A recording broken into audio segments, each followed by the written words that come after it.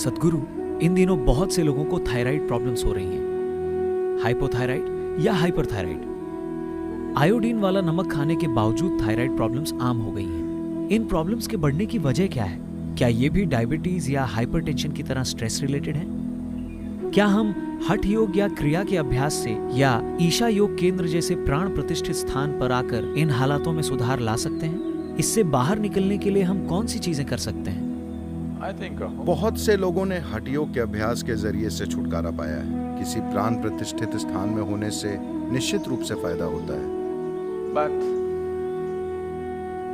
this pretty widespread. लेकिन ये thyroid imbalance काफी ज्यादा लोगों को होने लगा है। देखिए, हमें इसे समझना होगा।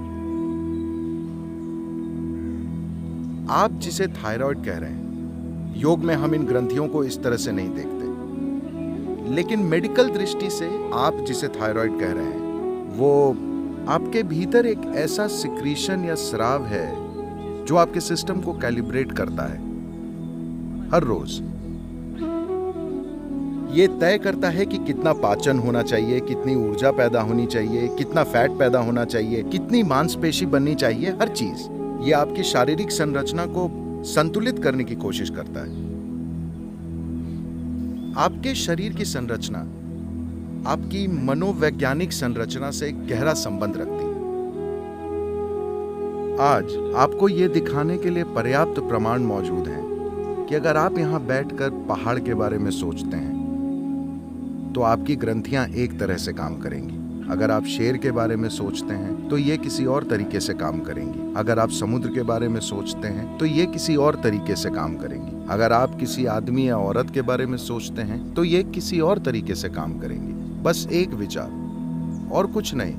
पहाड़ से कोई संपर्क नहीं, शेर से कोई संपर्क नहीं, आदमी, औरत या समुद्र से कोई संपर्क नहीं।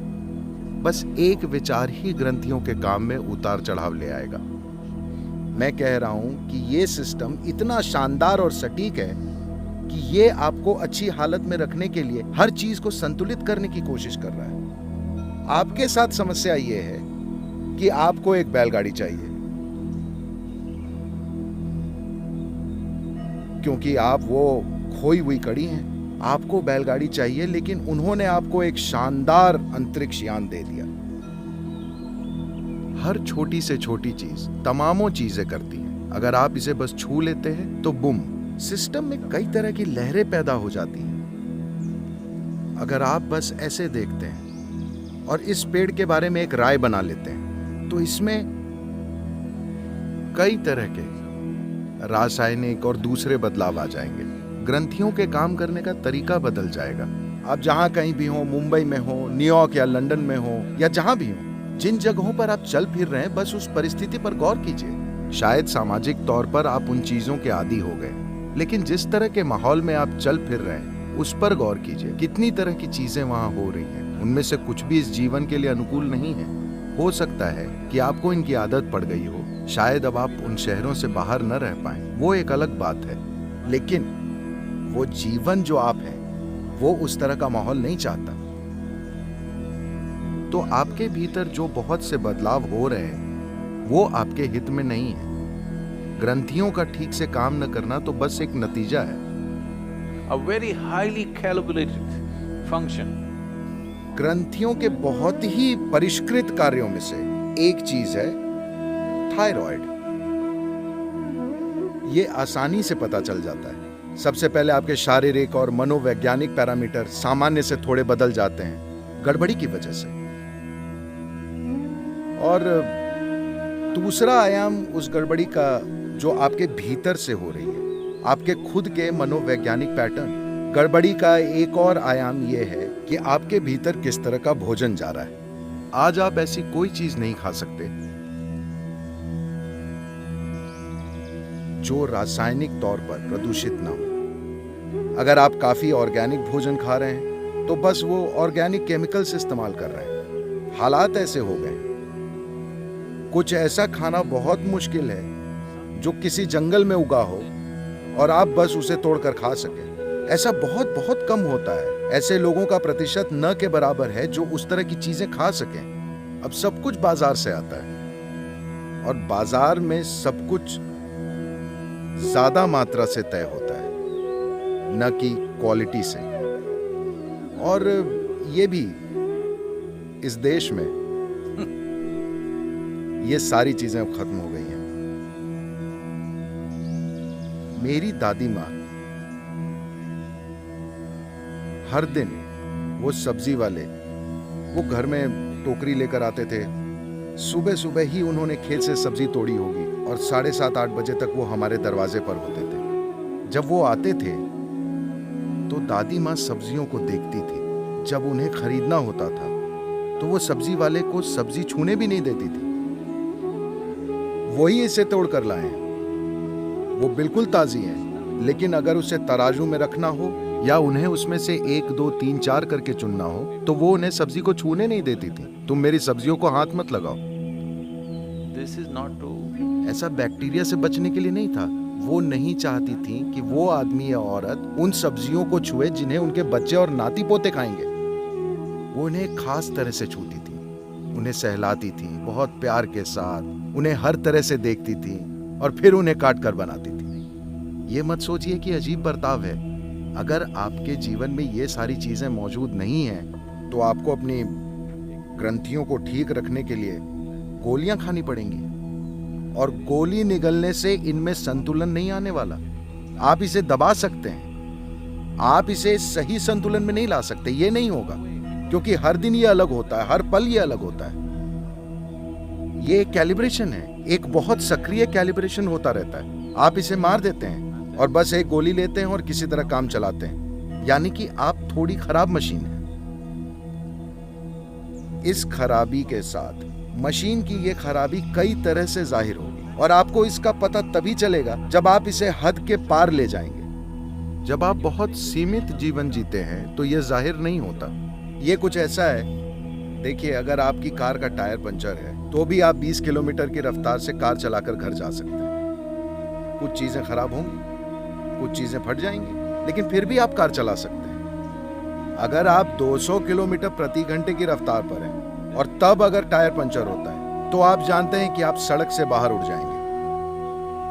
तो बस यही बात है। अगर इन सब चीजों को ठीक से संभाला गया है, अब अगर आप अपने जीवन को एक काफी ज्यादा ऊंचे स्तर पर काम करने के लिए ले जाते हैं तो भी ये आराम से चलेगा। उस संतुलन को लाए बिना अगर आप अपने जीवन की गति बढ़ाते हैं तो ये डगमगाने लगेगा। आप अपने आसपास हर दिन ऐसा होते देखते होंगे। तो अपने जीवन में उतनी लागत लगाने के लिए, खैर, आप अपने शहर को छोड़कर जंगल में रहने नहीं जा सकते, आप अपने माहौल को छोड़कर दूर नहीं जा सकते। आपको कम से कम खुद को इतना सक्षम बनाना होगा कि उन चीजों का आप पर ज्यादा असर ना हो। वैसे भी इनका असर तो होगा, लेकिन सवाल है कि कितना असर होगा। कम से कम अपने घर में, अपने आसपास कुछ पौधे लगाइए। अगर खुली जगह ना हो तो अपने कमरे में ही लगा लीजिए। हो सकता है कि ये थोड़ा अजीब लगे। आधी छत को खोल दीजिए। अरे लेकिन सदगुरु, ऊपर एक और मंजिल है। ठीक है, एक दीवार हटा दीजिए ताकि आपको थोड़ी सूरज की रोशनी मिले। हाँ, ऐसा ना हो कि घर हर तरफ से बंद हो और हर समय बस एक एसी बर्र करता रहे। ये भी एक चीज है। आपके आसपास मौजूद ध्वनियों की गूंज इस शरीर को पूरी तरह से झकझोर रही है, हर समय बर्र। खासकर जब मैं देश से बाहर होता हूँ, खासकर अमेरिका में, यूरोप में भी वहां थोड़ा बेहतर है, लेकिन अमेरिका में हर समय कुछ न कुछ गूंजता रहता है। हर समय जब मैं यहां आता हूं तो लगता है बस बिल्कुल शांत, जो आपको जीवंत बनाता है। जब हर चीज गूंजती रहती है तो आप बस पुफ। ज्यादातर लोग इसके प्रति जागरूक नहीं है, लेकिन ये उनके साथ हो रहा है। उनके दिन में 8 घंटे सोने से ये साफ साबित होता है। ऐसा इसलिए हो रहा है क्योंकि वो अपने प्राकृतिक वातावरण में नहीं रह रहे। वो सोकर खुद को सुरक्षित रखने की कोशिश कर रहे हैं। तो खुद को बीमारी से बचाने के लिए, खुद को मानसिक रोगों से बचाने के लिए, खुद को हर तरह के असंतुलन से बचाने के लिए आप दिन में 8-10 घंटे की नींद लेते हैं। यानी आधा जीवन आप मरे पड़े रहते हैं। मौत हमेशा एक आसान हल होती है, लेकिन हमें ऐसा हल नहीं चाहिए। हम जीवन के हल को खोज रहे हैं, अंत के हल को नहीं। किसी चीज का अंत करना उसका हल होता है ना? हल है या नहीं? हल है, लेकिन हमें वैसा हल नहीं चाहिए। हम यहीं रहना चाहते हैं, जिंदा और पूरे हल के साथ। तो अगर ऐसा होना है तो आप, शायद आप थोड़े अजीब लगें, मुझे भी आप अजीब लगेंगे, लेकिन आप जहां सोते हैं वहां कुछ पौधे लगा कर रख सकते हैं। जब आप चलते हैं तो आपको इंसानों के अलावा दूसरे जीवनों के प्रति हमेशा जागरूक रहना चाहिए। ज्यादातर लोग इंसानों के प्रति ही जागरूक नहीं होते, तो मैं आपको याद दिला रहा हूं, आपको हर उस चीज के प्रति जागरूक रहना होगा जो जीवित है। एक पेड़, एक पौधा, एक घास का तिनका, एक कूदता हुआ टिड्डा, और आपके पास से गुजरने वाले वो लोग जिन्हें आप पसंद नहीं करते। हर तरह की चीजें, हर चीज के प्रति आपको जिंदा होना चाहिए। वो ये बोलने की जरूरत नहीं है, ओ मुझे इस पेड़ से प्यार है। आपको पेड़ से प्यार करने की जरूरत नहीं है। आपको उससे पोषण लेना होगा। जीने का केवल यही तरीका है। आप पसंद करें या ना करें, वो अभी आपको पोषण दे रहा है। अगर आप ये सचेतन होकर करते हैं तो हर चीजें बेहतर काम करेंगी। अपने आसपास की हर चीज के प्रति जीवंत होना बिना किसी भेदभाव के। ऐसी साधारण चीज आपके थायराइड की समस्या को संतुलित कर सकती है। Of course. बेशक सुबह हठ योग तो है ही, क्रियाएं भी हैं। ये सभी चीजें निश्चित रूप से मदद करेंगी और शक्तिशाली रूप से प्राण प्रतिष्ठित स्थान भी हैं। कई चीजें हैं। एक मुख्य कारण यह है कि इंसान कम और कम सक्रिय होते जा रहे हैं जैसे जैसे तकनीक का विकास हो रहा है। एक दिन में औसतन एक औसत इंसान How much activity, physical activity? पिछली पीढ़ियों के लोग कितनी ज्यादा शारीरिक मेहनत किया करते थे, और अभी हम सब जितनी शारीरिक मेहनत कर रहे हैं वो बहुत ही कम है। इतने कम स्तर की सक्रियता के साथ सिस्टम में संतुलन रखना मुश्किल है। तो थोड़ा सा असंतुलन होने पर आप जाकर बिस्तर पर मत लेटिए। अगर आप थोड़ा असंतुलन महसूस कर रहे हैं तो आपको ढेर सारे काम में कूद पड़ना चाहिए। जहां भी जोश और उत्साह के साथ कोई काम चल रहा हो, आपको उस काम में कूद पड़ना चाहिए और उससे ज्यादा और ज्यादा कीजिए। अगर आप बीमार महसूस कर रहे हैं तो ज्यादा से ज्यादा काम कीजिए, वाकई, क्योंकि जिस पल आप पीछे हटते हैं आप बीमारी को मजबूत बनाते हैं। अगर आप बहुत ज्यादा बीमार हैं तो वो अलग बात है, वरना आपको, हम असल में ग्रंथियों की कई तरह की गड़बड़ियों की बात कर रहे हैं। शरीर से काम लेना एक आसान समाधान है। शरीर से काम लेना यानी, जो लोग न्यूयॉर्क में रहते हैं मैं आपको बता रहा हूं, काम लेने का मतलब ये नहीं कि आपके पास कलाई पर वो हेल्थ बैंड है। 10 steps, 12 steps.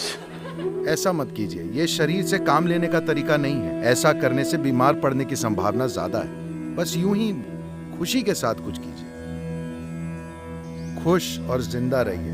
काम तो सिर्फ, अगर आप ये नहीं जानते कि यहाँ बैठे बैठे पूरी तरह से जिंदा कैसे रहना है, तो जाकर कुछ खेलिए, कोई खेल खेलिए, बस यहाँ वहां दौड़िए, चलते समय टिड्डे की नकल कीजिए, कोशिश कीजिए, क्यों नहीं? आपने कभी किया नहीं? आपके साथ यही तो समस्या है।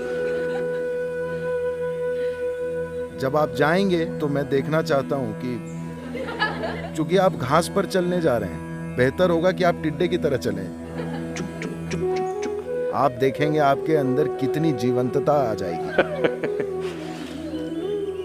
Essentially, मूल रूप से आपकी बुनियादी समस्या ये है कि आप अपने जीवन के बारे में कुछ ज्यादा ही गंभीर हो गए।